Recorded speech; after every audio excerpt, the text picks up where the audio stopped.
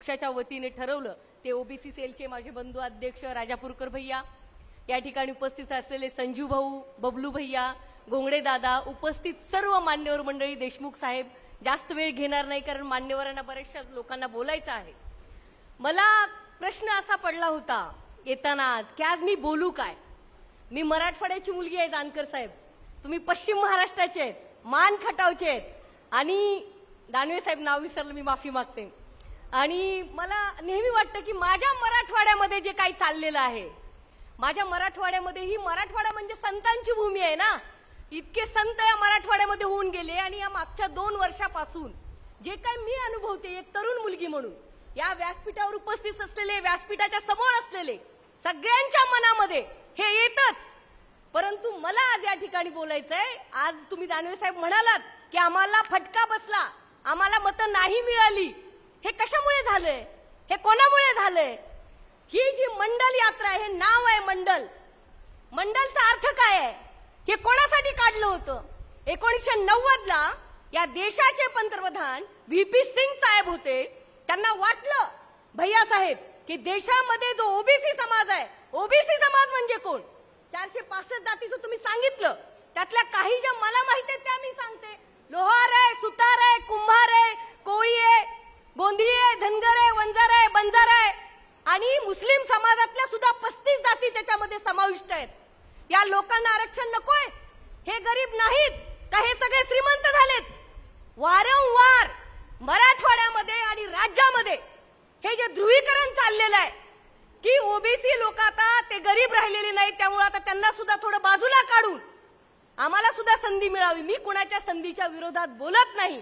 या देशामध्ये डॉक्टर बाबासाहेब आंबेडकरांनी प्रत्येक वंचित आणि शोषित व्यक्तीला या देशामध्ये राहण्याचा, शिक्षणाचा, समाजामध्ये, राजकारणामध्ये प्रगती करण्याचा अधिकार दिलेला आहे। पण काय हो, आज पण भैया साहेब एखादी पारधी बाई, तिचं नाव आम्हाला माहिती नसतं, मी माझ्या गावचं उदाहरण देतो, मी माध्यमांसमोर बोलते, ऑन रेकॉर्ड सांगते, मी एखादी महिला जेव्हा पारधी समाजाची असती, माझं तेर गाव आहे, धाराशिव जिल्ह्यामध्ये आहे, तरी आम्ही काय म्हणतो, आमची सरपंच कोण आहे, पारधीबाई आहे। का म्हणता हो? सामाजिक तिथे तुमचं समानता वाढलेली आहे का? नाही। मग हे लोक पुढे गेलेत का? डॉक्टर बाबासाहेब आंबेडकरांचं जे संविधान आहे ते संविधान सांगतं की प्रत्येक व्यक्तीला समानतेने जगण्याचा अधिकार आहे। आज आमच्या ह्या ओबीसी समाजातले किती लोक कारखान्याचे चेअरमन आहेत, किती लोक मंत्रीपदापर्यंत जाऊ शकतात? माझं असं मत आहे की आजही मी 2 वेळा जिल्हा परिषद लढवली। जानकर साहेब तुमच्या समोर सांगते, मला 2 वेळा संधी का मिळाली? मी ओबीसी धनगर आहे, ओबीसी मुलगी आहे म्हणून हिला संधी द्या, त्याच्याशिवाय मला संधी मिळाली नसती, हे मी जबाबदारीने बोलते। मग मी सुशिक्षित आहे, बोलणारी पोरगी आहे, तुम्ही म्हणलात दानवे साहेब सक्षणा बोलकी आहे, हो माझे मत मी स्पष्टपणे मांडते आणि ह्याची मला किंमत चुकवावी लागली तरी चालेल, मी स्पष्टपणे माझी मतं मांडणार।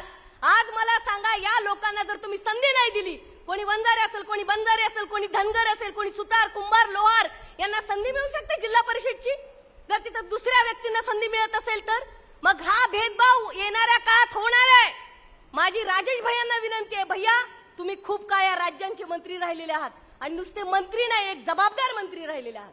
तुमच्या कोरोना काळातल्या कामाचा आढावा आणि तुमचा कॉग्निझन्स देशाने नव्हे तर वर्ल्ड हेल्थ ऑर्गनायझेशननी घेतलेला होता। मी तुमच्याकडे म्हणते भैया, येणाऱ्या जिल्हा परिषदला, येणाऱ्या नगरपालिकांना तुम्ही खऱ्या ओबीसी लोकांना ती संधी दिली पाहिजे। ती संधी तुमच्याकडून हिसकावता कामा नये आणि ही लोकांची भावना असते। आज तुम्ही मला डावललं, एक उदाहरण देते, मला नाही डावलं कुणी, कारण मी सांगते तुम्हाला, मी हक्कासाठी लढणारी मुलगी आहे, मी छत्रपती शिवरायांची हिरकणी आहे, जरी मी भोसले घराण्यात जन्माला आली नसली तरी मी विचारांची वारसदार आहे। त्यामुळे जे कोणी म्हणत असतील की आम्ही भोसले आहेत म्हणजे आम्ही छत्रपतींचे वारसदार, अजिबात नाही।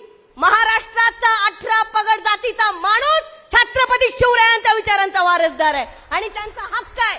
कोणी जर ती प्रॉपर्टी समजत असेल की आम्ही म्हणजे छत्रपती शिवरायांचे वारसदार, आम्ही म्हणजे ते तर नाही, मला निक्षून सांगावं लागेल, छत्रपतींचे वारसदार 18 पगड जातीचे लोक आहेत। पुण्यश्लोक अहिल्यादेवींचे वारसदार 18 पगड जातीचे लोक आहेत।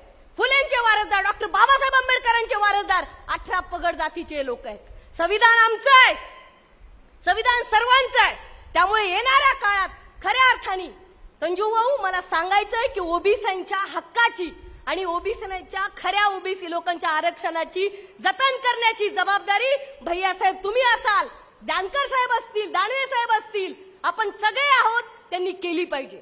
मला आज आवर्जून सांगायचंय, ज्या विद्यापीठाची मी विद्यार्थिनी ते डॉक्टर बाबासाहेब आंबेडकरांचं नाव असलेलं विद्यापीठ आहे, याचा मला सार्थ अभिमान आहे.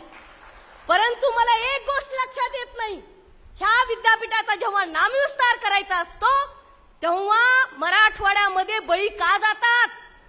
धाराशिव मध्ये पूर्वी तो उस्मानाबाद बळी जातात, दंगल होते, कशासाठी होते हे माझ्यासारख्या तरुण मुलीच्या लक्षात येत नाही. कशासाठी होते हो? डॉक्टर बाबासाहेब आंबेडकरांचं नाव कुणाला खुपत असेल आणि म्हणून मराठवाड्यामध्ये बळी जातात, हे दुःखाची गोष्ट आहे. का महाराष्ट्रामध्ये पहिल्यांदा आंबेडकरांचं नाव दिलं का? पण मराठवाड्यामध्येच हे का होतं हा माझा सवाल आहे. परंतु तरी मी ज्या महामानवाने डॉक्टर बाबासाहेब आंबेडकरांचं नाव या विद्यापीठाला देण्यासाठी सत्ता घालवली, त्या आदरणीय पवार साहेबांच्या पक्षाची मी कार्यकर्ता आहे, याचा मला सार्थ अभिमान. त्यांनी सत्ता घालवली, त्याच्यासाठी लोकांचा रिप्लाय होता, लोकांचं जनमत होतं की पवार साहेब तुम्ही डॉक्टर बाबासाहेब आंबेडकरांचं नाव देऊ नका, जनता प्रक्षोभक आहे. कोणती जनता? माझा अंडरलाईन आहे, कोणती जनता प्रक्षोभक होती आणि का विरोध होता डॉक्टर बाबासाहेब आंबेडकरांच्या विद्यापीठाला? मराठवाड्याचं नाव, मराठवाडा विद्यापीठाचं नाव डॉक्टर बाबासाहेब आंबेडकर होतंय, हे कोणाला खुपत असेल हो? हे मराठवाड्यात का घडतं हा माझा सवाल आहे. आणि म्हणून माझ्यासारख्या तरुणांनी आणि सर्व जातीच्या तरुणांनी ह्या जातीपातीच्या राजकारणातून पुढे जाऊन जे संविधानाला, जे डॉक्टर बाबासाहेब आंबेडकरांना, जे छत्रपती शिवरायांना, शाहू फुले आंबेडकरांचा महाराष्ट्र आपण म्हणतो, अहिल्यादेवींचा महाराष्ट्र म्हणतो, तसा अभिप्रेत महाराष्ट्र घडवायचा असेल तर आपल्याला जातीपातीच्या पलीकडे जाऊन बघावं लागेल. एखादी मुलगी तांड्यावरची या राज्याची मंत्री झाली पाहिजे ना? का नाही झाली पाहिजे? झाली पाहिजे. आज माझ्या तेरची महिला पारधी समाजाची असेल, तिचं नाव राणी आहे, तिच्या घरी मी गेले, मला अभिमान वाटला की तेर एक ऐतिहासिक गाव, संत गोरा कुंभारांचं गाव, त्या गावची सरपंच एक पारधी समाजाची महिला आहे, तिचा मला सार्थ अभिमान वाटला. आणि हा अभिमान जागृतच ठेवला पाहिजे. फक्त मी धनगर आहे म्हणून धनगरांचीच बाजू घेणार नाही. उलट जानकर साहेब आपल्याकडे म्हणतात, चांग भलं रे चांग भलं, आधी तुमचं चांगलं होऊ द्या, मग आमचं चांगलं होऊ द्या, असा आमचा समाज आहे. त्यामुळे सगळ्या समाजाला सोबत घेऊन जाऊन, सुतार असेल, लोहार असेल, कुंभार असेल, गोंधळी असेल, नागपंथी असेल, डवरी असेल, गोसावी असेल, त्या सगळ्यांची बाजू येणाऱ्या काळामध्ये वंचित शोषित लोकांची बाजू आम्ही मांडणार. याच्यासाठी आम्ही राजकारणात आणि समाजकारणामध्ये आहे. आणि म्हणून मंडल यात्रा जे कोणी सांगतायत भारतीय जनता पार्टी एवढा ऊर बडू सांगते की आमचा डीएनए म्हणजे ओबीसी आहे, अरे मग महाराष्ट्राला मुख्यमंत्री भाजपने ओबीसी का नाही दिला हा प्रश्न तुम्ही विचारला पाहिजे. आम्ही मंत्रीपद वाटले, अरे कसली वाटली रे? चमचे सोन्याचे तुमच्या तोंडात आणि खरकिटे टाकते त्या ओबीसीच्या लोकांना राज्यमंत्री पद. मला सवाल आहे, पूर्णाच्या पोळ्या तुपासकट तुम्ही खाता आणि राज्यमंत्री पद ओबीसींना देता, द्या ना मग ते. कॅबिनेट मंत्री पद का नाही? त्याची गिनती झाली पाहिजे, त्यांचा अकाउंट काढा, ही अकाउंटेबिलिटी असली पाहिजे. त्याचा कोण बोलणार? त्याच्यावरती पण विषय घेतला पाहिजे. परंतु आदरणीय पवार साहेबांबद्दल मला सांगावं लागेल, आज भैयांनी भुजबळ साहेबांसोबत काम केलंय. भुजबळ साहेब ज्येष्ठ नेते आहेत, मला त्यांचा आदर आहे, ज्येष्ठ आहेत म्हणून मला आदर आहे. परंतु भुजबळ साहेबांना जेव्हा पडत्या काळामध्ये याच भाजपवाल्यांनी महाराष्ट्र सदन का घोटाळा म्हणून अंदर टाकलं होतं, त्याच भुजबळ साहेबांना पहिल्या शपथविधीला शपथ देणारे शरदचंद्र पवार आहेत, हे आपल्याला विसरता कामा नये. मग इथं भाजप कुठे जातं? भुजबळ साहेबांना रडापडा करावा लागतो. माफ करा, मला दुःख होतंय बोलताना. भुजबळ साहेबांना वाईट वाटून घ्यावं लागतं, काहीतरी उठाठेवा करावा लागतो, कुणाचा तरी राजीनामा घ्यावा लागतो आणि मग भुजबळ साहेबांना कुठलं तरी पद दिलं जातं. ही भारतीय जनता पार्टीची ओबीसी बद्दलची आस्था बघा. आणि हे काय सांगतात, आमचा डीएनए ओबीसी आहे. अरे लबाडांनो, फक्त तुम्हाला मराठा आणि ओबीसी वाद लावायचा आणि तो वाद लावून स्वतःची पोळी भाजून घ्यायची, हा तुमचा धंदा बंद केल्याशिवाय राष्ट्रवादी काँग्रेस पार्टी शांत बसणार नाही, हा प्रण आम्ही घेतोय. आणि जो महाराष्ट्र शाहू फुले आंबेडकर पुण्यश्लोक अहिल्याचा आपल्याला उभा करायचा आहे, तिथे जातीपातींना थारा न देता सगळ्या जाती माझ्या आहेत. मी आवर्जून पुन्हा पुन्हा सांगते की पारधी समाज हो, ते आमचेच भाऊ बहीण आहेत. त्यांच्यासाठी बोललं पाहिजे। कशासाठी आला होता मंडल आणि कोणी लागू केला मंडल?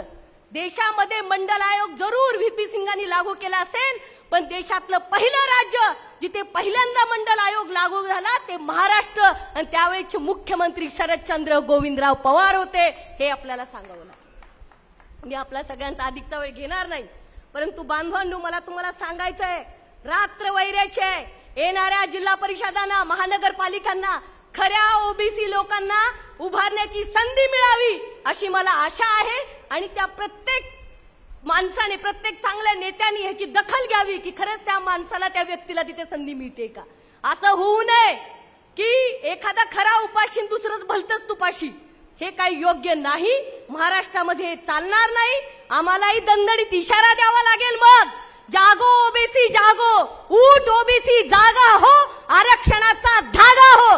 जय हिंद, जय महाराष्ट्र, जय भीम, जय अहिल्या, जय शिवराय। थँक्यू।